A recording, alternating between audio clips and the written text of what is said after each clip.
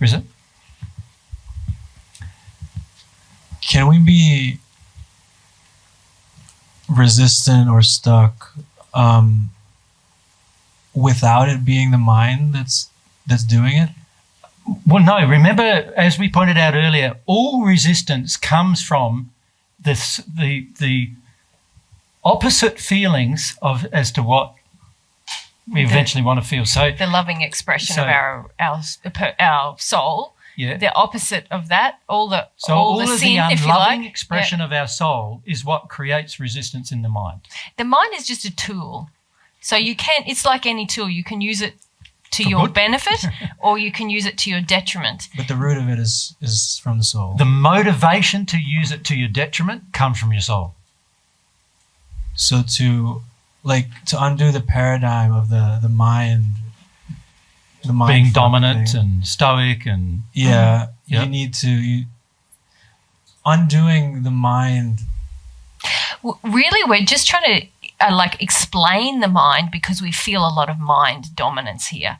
But humility is always the answer. Yeah. And we in the afternoon conversation with you, what we need to do is now start to look at how this all works practically. Yeah, we'll get to some questions. But we needed to discuss the theory with you, because if you don't understand how ineffectual your mind is, you're going to keep living in it, and you're actually going to try to apply principles of divine truth using your mind. Okay. Which actually won't work at all.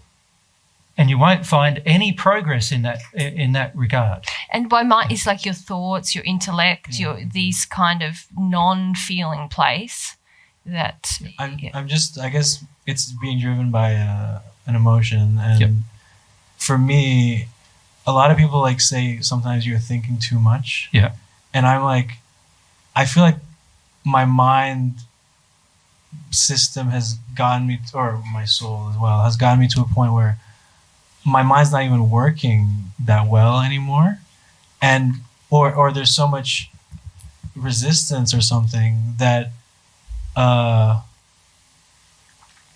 in your case, Rizzo, the mind and the soul aren't working very well. Yeah. Yep. And this is where most people are. Most people we meet are at that place where their mind isn't working very well. They think it's working well, but it's not working very well. Sometimes they're more conscious that it's not working very well, but they don't know why. But for the most part, the soul-based functionality is completely misunderstood or not known at all. And so we need to, this afternoon, focus a bit more on how can I connect to the soul more? What practical things can I do to begin to engage the soul more and focus more on my feelings than my thoughts, right?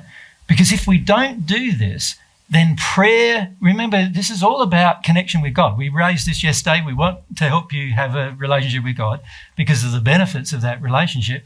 And the thing that we need in that relationship is to be able to pray. But the prayer comes from your soul. And if you're not connected to your soul, how do you pray? You can't pray without your soul. So we need to understand what part of me is my soul and how do I feel that part of me? How do I connect to that part of me? That makes sense? If we can do that, then we can pray. Then I've got the capacity of receiving love.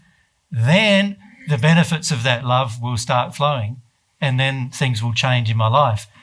And then I can use my mind in a more wise manner, because instead of it responding to the denial that's in my soul, all the things I don't want to know about, it's responding in a completely different way. It wants to discover.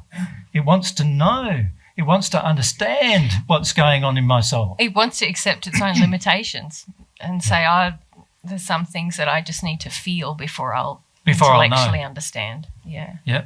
So what we're trying to do is say to you, look, this mind has got its problems. It's not a bad design.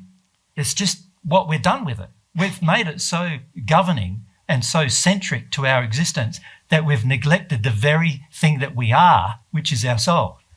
This is what we really are.